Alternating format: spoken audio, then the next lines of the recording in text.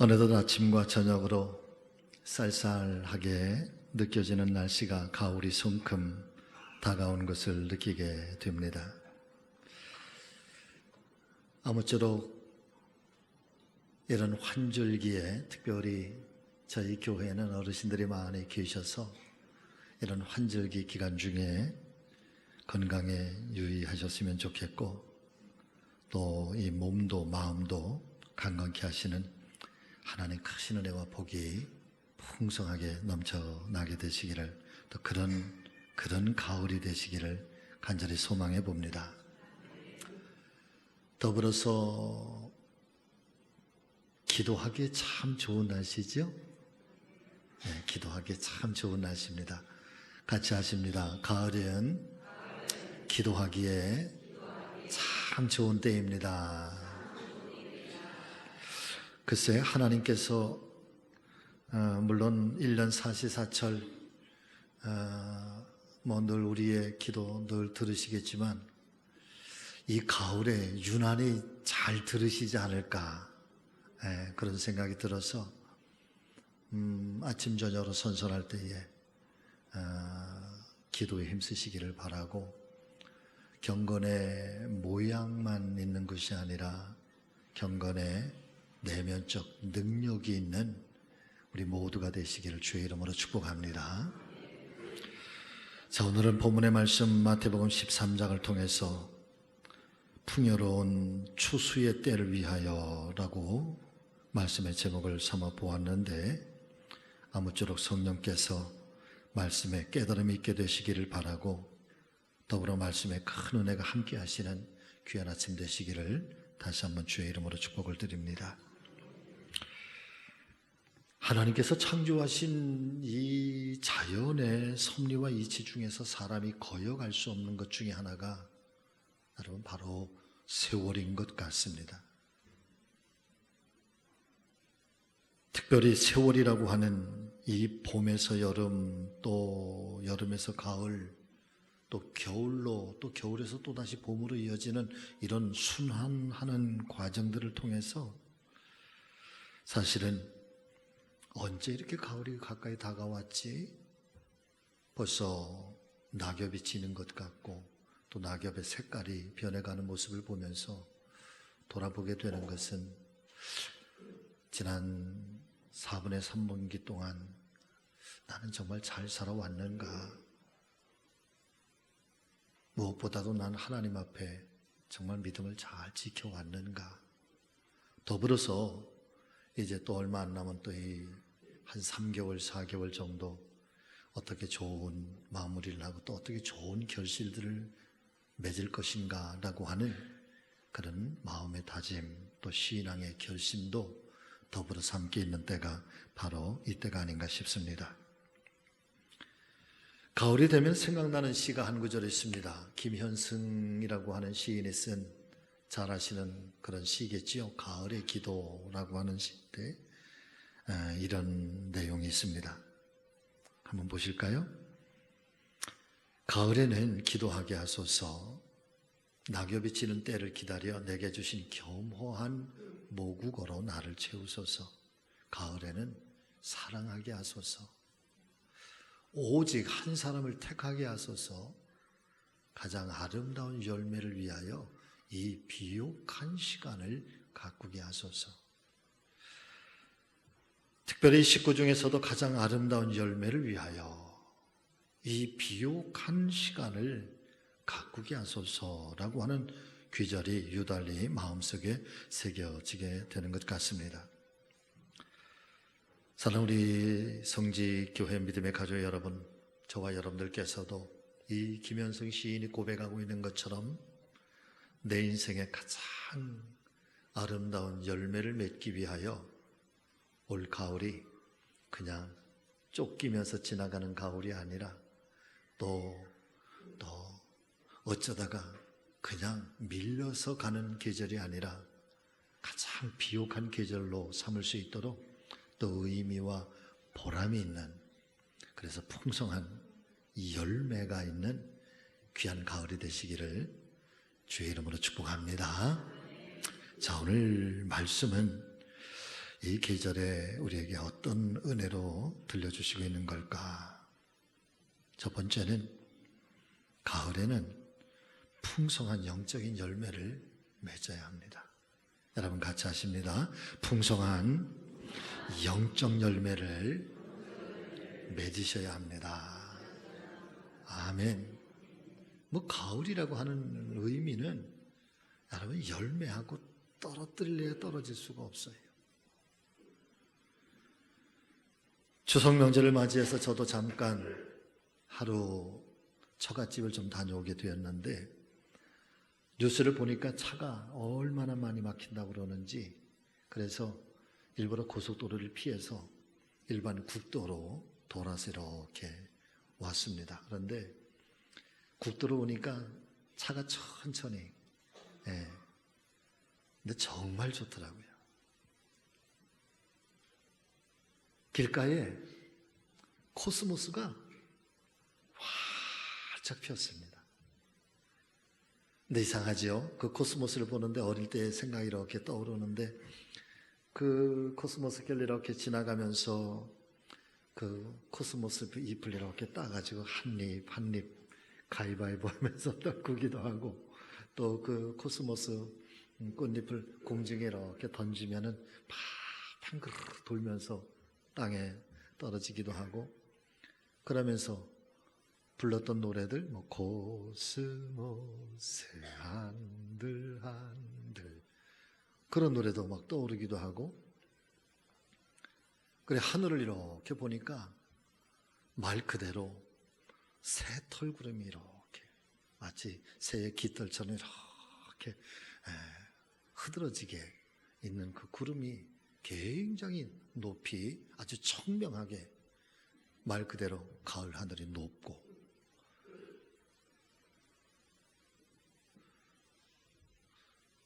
왜 그렇게 하늘을 볼 시간이 없었는가? 왜 그 코스모스 옆에 흐드러지게 피어있는 거 그거 볼 시간이 그렇게 없었는가? 뭐 그렇게 인생 삶에 그렇게 쫓기고, 또 때로는 허둥지둥, 또 때로는 잠깐의 여유 없이 이렇게 하늘이 맑았구나. 여전히 그때의 그 코스모스는 지금도 이렇게 피어 있구나. 나름대로 참 돌아오는 시간이, 갈 때보다도 돌아오는 시간이 참으로 제게는 아주 가슴이 참 행복했던 그런 시간이 아니었던가 싶습니다. 하나님 말씀인 성경 속에는 이런 자연의 법칙들을 통해서 하나님 이 오묘한 진리를 깨닫게 해주시는 그런 몇 가지의 말씀들이 있는데, 그 중에서도 특별히 126편의 말씀은 이 가을하고 굉장히 의미가 다 있습니다. 시편 126편 3절부터 6절의 말씀을 여러분 한번 좀 같이 읽어보실까요? 자, 천천히 한번 같이 읽어보겠습니다. 시작. 여호와께서 우리를 위하여 큰 일을 행하셨으니 우리는 기쁘도다. 여호와여, 우리의 포로를 남방 시내들 같이 돌려보내소서. 눈물을 흘리며 씨를 뿌리는 자는 기쁨으로 거두리로다. 울며 씨를 뿌리러 나가는 자는 반드시 기쁨으로 그 곡식의 단을 가지고 돌아오리로다. 아멘. 사실은 이 포로기의 이 캄캄한 암흑 같은 세월들을 이스라엘 백성들이 보내면서, 사실은 그 어둠의 세월들, 그 막막한 세월들을 보내면서 사실은 희망도, 내일에 대한 어떤 기약도, 내일에 대한 어떤 꿈도 사실은 다 포기하고 하루하루 지쳐서 그냥 한날 한날 주어진 삶에 그냥 아주 겨우겨우 살아갈 법한 그런 때에 하나님께서는 선지자들을 통해서, 그리고 깨어있는 믿음의 사람들을 통해서 계속해서 각인시켜주는 말씀이 바로 이런 말씀이거든요. 반드시 하나님께서는 포로된 그 땅에서, 남방에서 돌아오게 하는데 우리의 기쁨이 너무너무 크게 아무리 힘들고 어려운 세월이라고 할지라도 결국은 눈물을 흘리면서 씨를 뿌리는 그 사람들, 그 씨앗들은 결코 헛되지 않아서 반드시 때가 되면 기쁨으로 그 단을, 그 곡식의 단을 가지고 돌아올 때가 있으니 오늘도 그날을 기억하면서, 그때를 기억하면서 오늘도 여전히 힘차게 일어나라고, 특별히 말씀 속에서 눈물을 흘리면서 씨를 뿌리는 자, 왜 씨앗을 뿌릴 때 사랑하는 여러분 기뻐하면서 감사하면서 열매를 기대하면서 씨를 뿌리는 것이 농부의 마음이고, 그런 기대감을 가지고 씨를 뿌리는데 왜 눈물을 흘리면서 씨앗을 뿌릴까? 힘겨웠던 삶이지만 인내하고 그러면서 사랑하는 여러분 소망을 가지고 그 씨앗을 뿌리는 사람, 마침내는 반드시 그 기쁨으로 그 곡식의 단을 가지고 돌아오게 될 것이다. 저는 이런 이 시편 126편의 말씀들처럼 이런 추수의 때가 되면은 지난 세월에 눈물로 또 어려움 중에서도 믿음으로 씨앗을 뿌리고 인내하면서 견디면서 하나님을 향하여 소망으로 그 하나님을 바라보면서 달려왔던 모든 하나님의 사람들, 하나님의 놀라운 은혜와 하나님의 축복하심과 하나님의 이 돌아오게 하시는, 곡식을 거두게 하시는 하나님의 복이 우리 모두에게 함께 하시기를, 꼭 그렇게 되시기를 예수님의 이름으로 축복합니다. 비스가산의 약속이 올가을에 꼭 이루어지게 되시기를 주의 이름으로 축복합니다. 사람에게는요 3가지의 액체가 있다고 그러네요.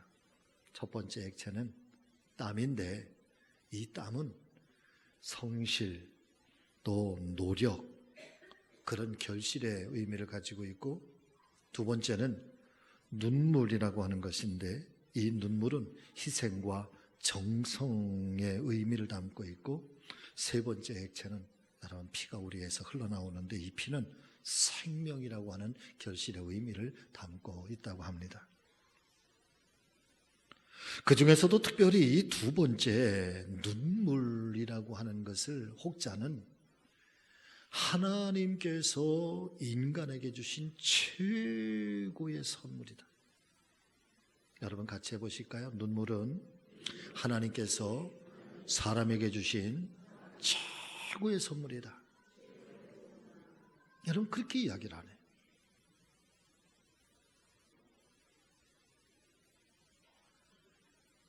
창조주 하나님의 마음을 움직이고 창조주 하나님의 보좌를 움직일 수 있는 하나님께서 인간에게 주신 아주 최고의 은혜의 선물. 우리가 기도로서 하나님의 보좌를 움직이기도 하고 하나님의 마음을 움직이기도 하지만, 그런데 이 눈물이라고 하는 건, 눈물의 기도라고 하는 것은 하나님께서 최고의 선물이라는 거예요.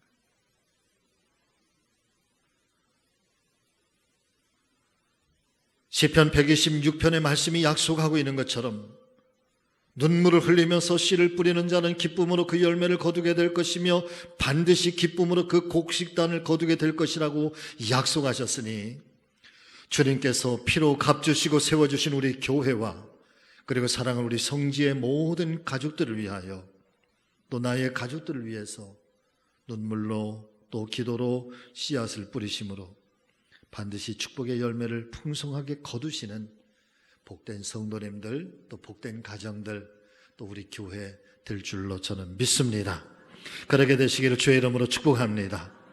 특별히 사랑하는 여러분, 이 가을에는요 자녀들을 위하여서 눈물로 기도의 씨앗을 꼭 뿌리시고, 자녀들을 위한 기도와 자녀들을 위한 눈물이 꼭 열매 맺혀지게 되기를 간절히 소망합니다. 이제 또 다음 달 10월 초부터 자녀들을 위한 연속기도 20일의 세일의 기도회를 또 하려고 하는데,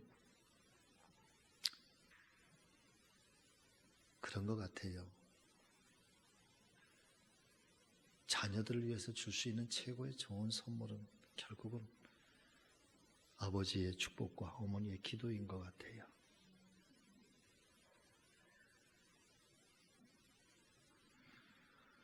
은평구에 소재한 서부동산교회 최홍욱이라고 하는 목사님이 국민일보에 이렇게 간증글을 이렇게 올려놓았는데, 그 중에 제가 잠깐 이렇게 발췌를 하면은 어머니에 대한 간증을 써놓는데 이런 이야기가 있더라고요.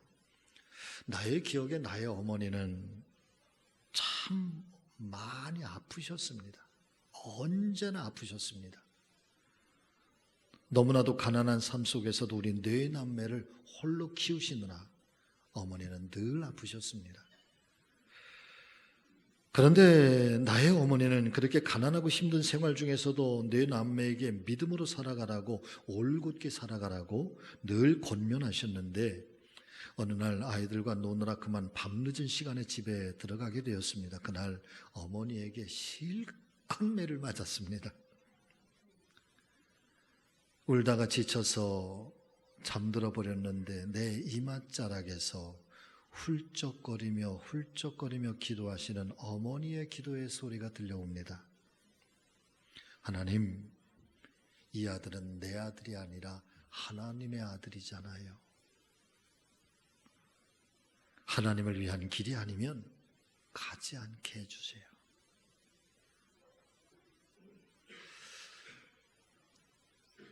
사실 국민일보를 제가 이렇게 보면서 이 최 목사님의 이 간증의 이야기를 이렇게 듣다가 저는 이 귀절에 그냥 가슴이 꽉 막히더라고요. 그래서 그때부터 하나님 앞에 기도할 때, 특별히 하루에 첫 시간에 기도할 때에 그런 기도를 많이 했던 것 같아요. 여러분 한번 같이 해보시겠습니까? 하나님, 기뻐하는 길이 아니면 가지 않게 해주시고, 하나님 원하는 일이 아니면 행하지 않게 주옵소서. 성령께서 내 마음을 주장하여 주옵소서. 사실 우리는 내가 가고 싶은 길을 참 많아. 내가 하고 싶은 일도 참 많습니다. 내가 원하는 길. 때때로는 제 스스로가 그렇게 고백하지만, 때로는 쓰잘데없는 것 때문에 마음 빼앗기고, 쓰잘데없는 것에 우리의 생각, 우리의 삶을 빼앗겨서 그리로 흘러갈 때도 많고, 세상 속에서 때로는 정말 거룩한 하나님의 말씀을 붙들고 저항하면서 세상과 충돌하면서 그렇게 하나님의 말씀 앞에 순종하면서 살기를 원하기도 하지만, 그러나 어떤 순간에는 그저 흘러가는 물고기처럼 그렇게 세월 속에 세속화돼서 그렇게 흘러갈 때도 많고, 그러면서 그 순간순간 하나님 앞에 기도하는 거, 하나님, 정말 하나님 기뻐하는 길이 아니면 가지 않게 해주시고, 하나님 원하는 일이 아니면 선택하지 않게 해주시옵소서. 내 안에서 성령께서 나를 주장하사 내 안에서 그렇게 역사하여 주시옵소서. 물론 그렇게 기도는 하지만 그렇게 살지 못할 때가 더 많습니다. 근데 오늘 이 최 목사님, 어머니의 기도가 그랬다는 거예요. 어머니의 기도가. 하나님, 이 아들은 내 아들이 아니라 하나님의 아들이잖아요. 하나님을 위하는 길이 아니면 가지 않게 해주시옵소서. 그 어머니의 그 눈물의 기도를 이 최 목사님 평생도록 간직하고 잊지 않고, 그러면서 그 기도가 평생 나의 귓가에 맴돌고 있어서 오늘의 나를 만들었습니다. 그분의 그런 고백이, 그런 간증을 제가 본 적이 있었습니다. 은혜가 되지요, 제 마음에. 우리 모두에게도 은혜가 되기를 주의 이름으로 축복합니다. 가지 않으면, 주님 원하는 길 아니면 가지 말게 하고, 주님 기뻐하는 일 아니면 행하지 않을 수 있는 그런 정말 선택의 그런 지혜, 거룩한 성령이 내 안에 나를 지배하고 나를 다스리는 그런 깨달음들,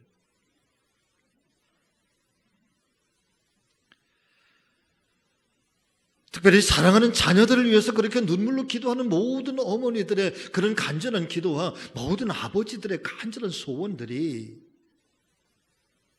이 가을에는 아주 풍성한 열매들로, 그것도 아주 영적인 열매들로 맺혀지면 얼마나 좋을까. 이 가을에 그런 영적 열매들이 우리 모두의 가정들 속에, 특별히 자녀들 가운데 일어나게 되시기를 예수님의 이름으로 간절히 축복합니다. 자, 구약성경 예레미야에 가서 2장 18절 19절의 말씀을 보면은 참 우리가 마음판에 잘 새겨야 할 말씀이 있는데 여러분 한번 같이 읽어보겠습니다. 자, 시작. 그들의 마음이 주를 향하여 부르짖기를 딸 시온의 성벽아 너는 밤낮으로 눈물을 강처럼 흘릴지어다. 스스로 쉬지 말고 내 눈동자를 쉬게 하지 말지어다. 초저녁에 일어나 부르짖을지어다. 내 마음을 주의 얼굴 앞에 물쏟듯 할지어다. 각 가정 어귀에서 줄이어 기진한 내 어린 자녀들의 생명을 위하여 주를 향하여 손을 들어라. 밤낮으로 눈물을 강처럼 흘릴지어다. 초저녁에 일어나 부르짖을지어다. 주의 얼굴 앞에 내 마음을 물쏟듯 할지어다. 내 어린 자녀들의 생명을 위하여 주님을 향하여 너의 손을 들어라. 사랑 믿음의 가족 여러분, 하나님의 보좌를 움직이는 기도가 있다고 한다면 그것은 바로 자녀를 위하여 드려지는 부모의 기도가 여러분 세상에서 가장 큰 축복의 기도고, 또 세상에서 내가 이런 복을 받았다 저런 복을 받았다 그래도요 자녀의 복이 가장 큰 복인 것을 믿으시기를 바랍니다. 비스가산에서 모세가 가나안 땅도 보고 또 지나온 세월 험한 그 광야의 세월도 보지만, 그러나 가장 큰 축복이 지난 광야에 힘겹고 어려웠던 그 모든 것들을 다 지나서 내일에 대한 이 가나안 땅, 하나님 약속의 땅에 내 천년 만년 내 자손들이 들어가 살 그 땅을 보면서 모세가 이스라엘아 너는 참 행복한 사람이로다 그러면서 그 인생을 여러분 기쁘게 마치는 것처럼 부모의 소원은 거기 있는 거죠.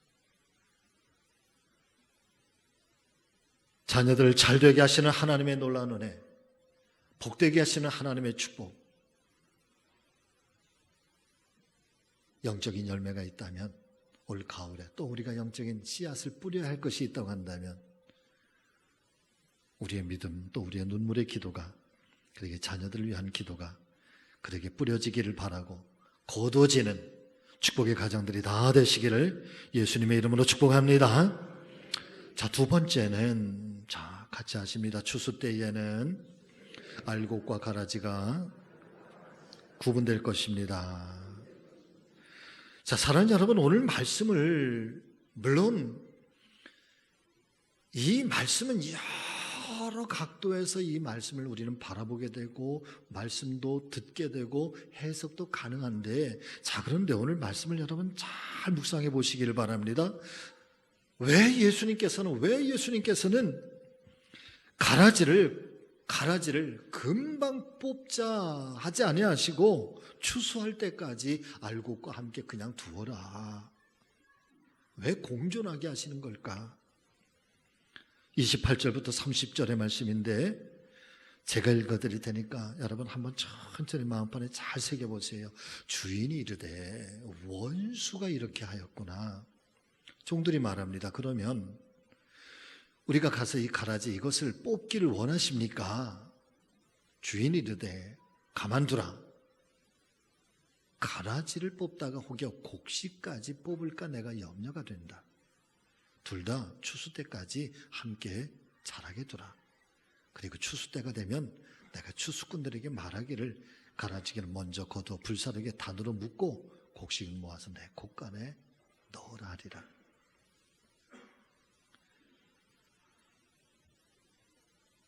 아마도 우리 같으면 이 눈에 보이는 이 가라지, 사랑하는 여러분, 얼른 쫓아가서 금방이라도 이 가라지 다 뽑아내고 싶은 것이 사실 우리의 심정일 것입니다. 그런데 오늘 말씀하시고 있는 예수님의 말씀을 보면은 우리가 가서 이 가라지를 뽑기를 주님 원하십니까? 아니야, 가만두어라. 가라지를 뽑다가 곡식까지 뽑을까 염려가 된다. 사실은 이 짧은 한마디의 말씀 속에서 우리는 하나님의 사랑의 모습이 과연 어떠한 마음인가, 우리 주님의 마음이 과연 어떠한 마음인가 라고 하는 것을 여러분 우리는 깨닫게 되는 거지요. 주님의 마음은 여러분 가라지에 있는 것이 아니라 알곡에 있는 거거든. 알곡이 단 하나라도 혹여나 가라지를 뽑다가 알곡 단 하나라도 혹시 상하게 되지는 않을까? 이것이 주님의 마음이고, 주님의 마음은 거기에 관심. 사실은 저는 이 말씀을 가만히 묵상하면서 아주 엄중하게 이 말씀을 듣습니다.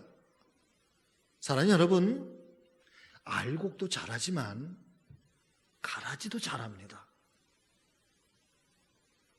말씀을 가만히 묵상해 보면은 가라지는 처음부터 가라지가 높이 자란 것이 아니라 알곡도 씨앗을 뿌리지만은 가라지도 씨앗을 뿌린다는 거야.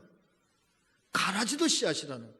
알곡도 자라나는 것처럼 여러분 동시에 가라지도 자라나게 되는데, 어쩌면 우리의 심령의 밭이라고 하는 것이 사랑하는 여러분, 알곡과 같은 그런 씨앗들도 잘 자라고 있지만 우리 안에는 가라지와 같은 쓰잘데없는 것, 하나님 기뻐하시지 않는 것들도 우리 안에서 여러분 그렇게 자라나고 있는지도 몰라.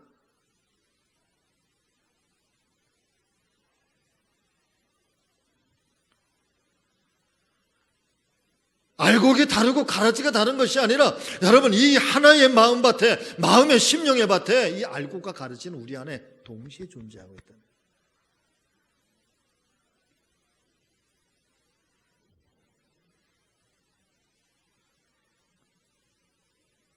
딸기 중에서도요,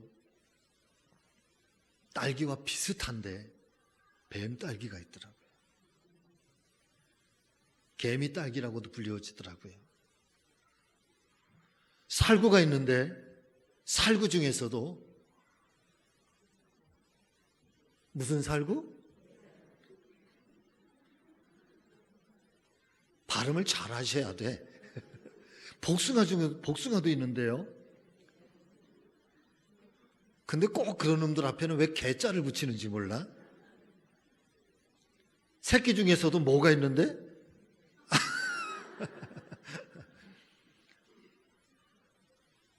사랑하는 여러분, 가만히 보니까 말이에요, 이런 것들의 특징이 뭐냐 하면은 같이 하십니다. 비슷하긴 하지만 본질이 아닙니다. 어쩌면 예수님께서 오늘 이 천국에 대한 비유를, 이 알곡과 가라지에 대한 말씀을 우리에게 들려주시면서 어쩌면 예수님께서 하고 싶은 얘기는 바로 그거야. 비슷하지만 본질이 아니라는 거야. 알곡과 가라지는 비슷하지만 본질이 아니라는 거지.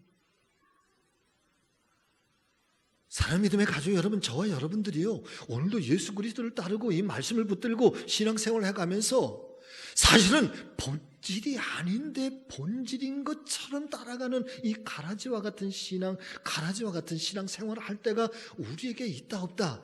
있다는 거예요.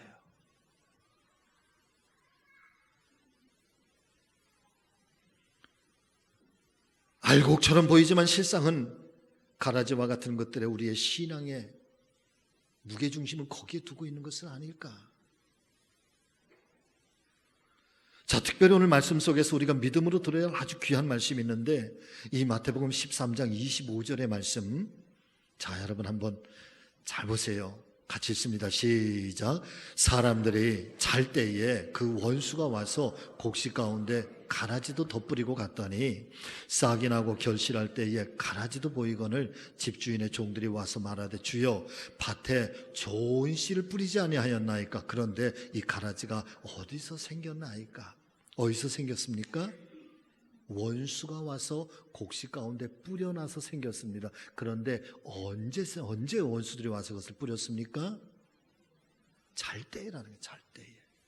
이 성경의 한 귀절이 들려주고 있는 이 의미가, 예수님께서 말씀하시고 있는 이 의미가 여러분 그냥 스쳐 지나갈 땐 잘 몰라. 근데 한 귀절 속에 막 이렇게 묵상하면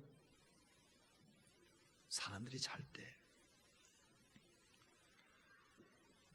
사실 이 원인과 이유에 대해서 사람들이 잘 때라고 하는 이 예수님의 표현, 어쩌면 우리의 신앙이 한순간 깊은 잠에 빠져버렸을 때, 나 자신도 모르게 나태해져 있을 때, 혹은 어떤 영적인 깊은 탈진 상태에 있을 때, 그런 믿음의 첫사랑을 다 우리가 잃어버렸을 때, 바로 그때 약한 원수마귀들이 몰래 찾아와서 이 약한 가라지를 뿌려놓고 갔다. 제가 조금 더 역설적으로 한번 말씀을 드려볼까요? 사랑하는 믿음의 가족 여러분들이요, 원수들이 와서 악한 가라지를 뿌리고 간 것이 나쁜 걸까요? 아니면 그들이 와서 그렇게 뿌리고 갈 수 있도록 기회를 준 것이 잘못일까요? 우리 나라와 민족을 위해서 기도 많이, 하나님, 이 나라가 왜 이렇습니까? 이 경제가 왜 이렇습니까? 이 법치국가가 왜 이렇습니까? 왜 이렇게 험악합니까? 이 세상이 왜 이렇게 각박합니까? 점점 살기가 힘들어집니다. 왜 이렇게 정말 이 겁나는 일들이, 정말 이 엄청난 일들이 이렇게 일어나는 겁니까?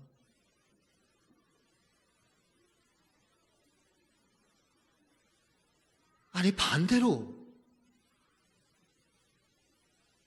하나님 교회가, 하나님의 사람들이, 이 땅에 예수 믿는 사람들이, 이 땅에 복음을 가진 이 그리스도의 사람들이, 하나님의 사람들이 이 땅의 삶을 우리가 제대로 살지 못해서, 우리가 세상을 변화시키지 못해서, 세상 속에 이 생명과 이 세상 속에 빛과 소금이 되지 못해서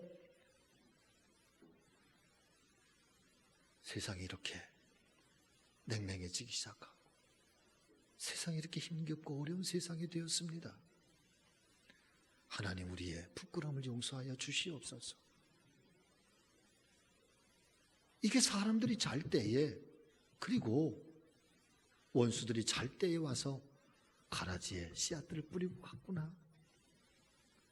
오늘 이 말씀을 우리는 역설적으로 이 가을에 우리는 한 번쯤은 들어봐야 된다는 거예요. 그리고 나서 우리 스스로가, 여러분, 자성의 소리를 들어야지. 개인적인 자성의 소리로 들어야 되고, 한 가정의 자성의 소리로 들어야 되고, 한 교회와 한 교단과 더 나아가서는 이 나라 이 민족을 정말 신앙적으로 말씀으로 잘 이끌어가고 다스려가요. 그런 그리스도인의 심정을 가지고 오늘 말씀들은 여러분 우리가 잘 새겨 들어야 되지 않을까. 내 개인적으로 내 안에 알곡도 내 안에 가라지도 함께 자랍니다.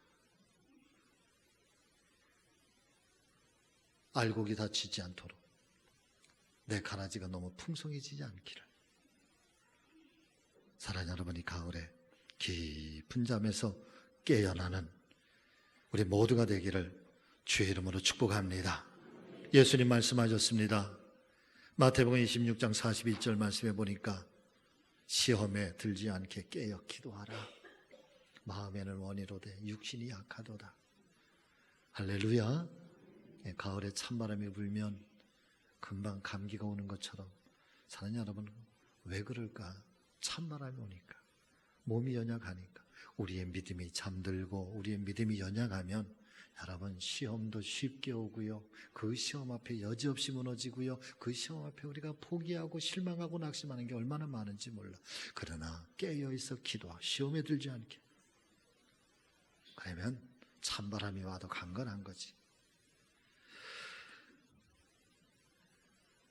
그러시기를 주의 이름으로 축복합니다. 말씀을 마칩니다. 추수 때가 있습니다. 알곡과 가라지가 구분할 때도 있는데, 아무쪼록 하늘의 밀알이 떨어지면 많은 열매를 맺는 것처럼 자녀들을 위한 귀한 믿음의 씨앗을 잘 뿌려 풍성한 추수의 때를 맞이하는, 자손의 풍성한 추수의 때를 열매를 거두게 되는 그런 축복의 가문들, 신앙의 명문 가문들 되시기를 예수님의 이름으로 축복합니다. 그리고 더 나아가서 깊은 잠에서 다시 깨어나서 여러분 이 연말에 오늘 주시는 말씀을 잘 새겨 우리 스스로가 더욱더 경건의 능력을 찾아가는 하나님의 사람들 다 되어주시기를 부탁을 드립니다.